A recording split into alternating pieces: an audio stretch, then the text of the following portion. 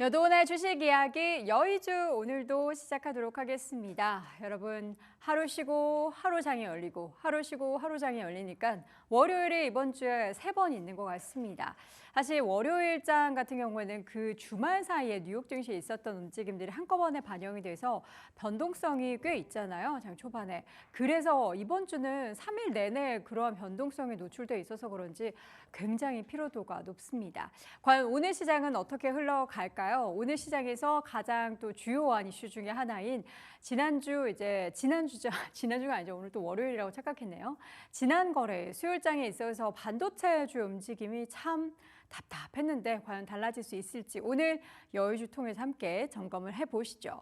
삼성전자가 5만 원대로 휘청하자 지금 이제 다시 한번 모든 악재 이제 다 반영됐다. 지금 저평가한 상태다. 악재를 털고 과연 주가가 부양할 수 있을지 여러분들은 어떻게 생각하세요? 지난주에 보니까 5만 원대 뚝 떨어지니까 막 저가 매수가 들어오곤 하던데 그럼에도 불구하고 장중에 상승 전환에 성공을 했지만 장 막판에는 결국에는 하락 전환을 해서 하락 마감을 했습니다. 삼성전자의 문제는 뭘까요? 하나씩 한번 열어보도록 하겠습니다. 여러분들도 다 알고 계시겠지만 장중에 수요일장에 59,900원 선까지 터치를 하고 주가가 낙폭을 좀 만회했습니다. 59,900원 숫자 보자마자 정말 5만 전자 그리고 이제 과거에 4만 전자까지 떨어졌었던 그 악몽이 막 떠오르면서 과연 지금 시점에서 추가적인 우리가 하락을 염두에 둬야 하는 건지 바닥을 더 봐야 하는 건지 아니면 지금 정말 저평가 구간이니까 앞으로의 미래를 바라보면서 가야 할지 근데 그 미래가 우리가 생각하는 그 청사진 그려내는 장밋빛 미래인지 아니면 암흑기일지 정말로 답답하고 혼란스럽기만 합니다. 낙폭이 좀 심해지는 그런 상황에서 당연히 수급이 유입됐겠죠. 지난해 3월 16일이 가장 낮았던 주가였는데요. 1년 7개월 만에 다시 한번 5만 전자로 내려간 겁니다. 원인은 여러분들 기억하시겠지만 반도체주 뉴욕 시장에서 그 전거래일이 좀 부진했고요. 중동에서 이스라엘과 이란 간의 지정학적 리스크가 불거지면서 시장 자체적으로 안 좋다 보니까 대장주 그리고 외국인들이 우리 시장에 투자를 할 때 사는 그 대표적인 종목인 삼성전자를 팔면서 시장에서 삼성전자의 주가는 맥없이 하락을 했습니다. 그 맥없이 하락을 하게 또 만들었던 원인이 맥쿼리였습니다. 목표 주가를 무려 기존 대비 50%나 하향 조정을 했습니다. 그러면서 앞자리가 완전 달라진 건데요. 10%, 20% 하향 조정도 굉장히 크다라고 느낄 거고 하향하는 것만으로도 굉장히 안 좋은데 무려 50% 목표 주가를 64,000원을 제시했습니다. 물론 현재가보다는 높습니다. 현재가보다는 높지만 그 전에 제시했었던 목표 주가가 10만 원 위에서 이렇게 6만 원대로 뚝 자른 목표 주가는 정말 시장에서는 실망감을 만들 법한 그런 상황이었습니다. 내용은 우리가 다 아는 내용입니다. 메모리 부문의 다운 사이클을 예상하고 또 전방 사업이 수요가 좀 부진하고 위축될 것이다 라는 것이 골자였는데요. 맥쿼리도 그렇고 모건 스탠리도 그렇고 반도체에 뭔가 이제 악의가 있는 건지는 모르겠지만 계속해서 이러한 부정적인 환경 속에서 주가는 하락세를 면치 못했습니다. 다음 장 보시죠. 그렇다면 삼성전자 과연 지금 상황에서 좋은 얘기가 거의 없어요. 위기설까지 나왔습니다.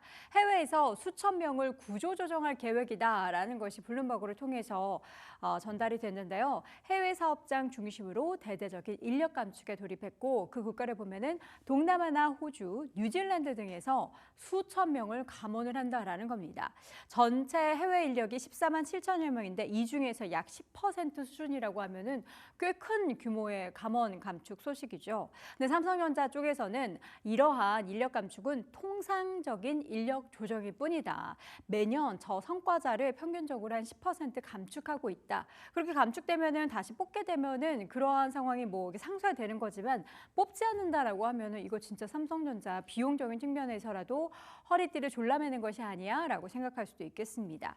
그래서 이제 추가적으로 국내에서는 혹은 인력 감축 계획은 없나라는 질문에 대해서는 계획된 바는 아직까지 없다라는 건데요. 저는 어디에 방점을 찍어야 되는지 모르겠습니다. 계획된 바가 없다인지 아직까지는 없는 건지 아무래도 너무나 이게 분위기가 안 좋다 보니까 이제 다 같이 모이는 자리에서 다들 삼성전자를 그렇게 걱정을 합니다. 삼성전자 어떻게 되는 거야?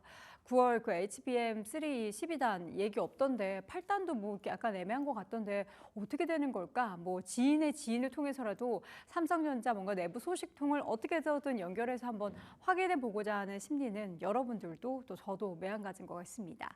자, 그렇다면 삼성전자는 지금 악재를 소화하고 있는 그런 과정에 놓여 있는 것 같은데 이게 소화가 다 돼서 주가에 반영이 돼 있는 건지 아니면은 아직까지 소화 중인 건지 모르겠고요. 또 일각에서의 한 그 분석에서는 지금 관련한 반도체 공급 과잉보다는 오히려 HBM3E 관련해서 낮은 수율이 이 반도체 시장의 성장에 걸림돌이라는 지적도 있습니다. 공급 과잉으로 인한 가격 하락을 우리는 다들 우려하고 있잖아요. 그런데 수율이 정말 중요하다라는 겁니다.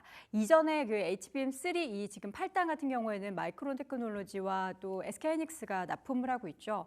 근데 8단 같은 경우에도 그 수율 잡는데 한 2분기 정도가 소요가 됐다라고 합니다.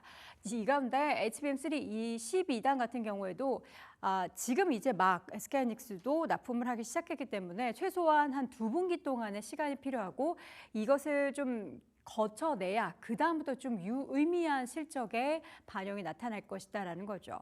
상반기부터 3분기 사이에 첫 HBM3 샘플 제공을 3사가 모두 했습니다.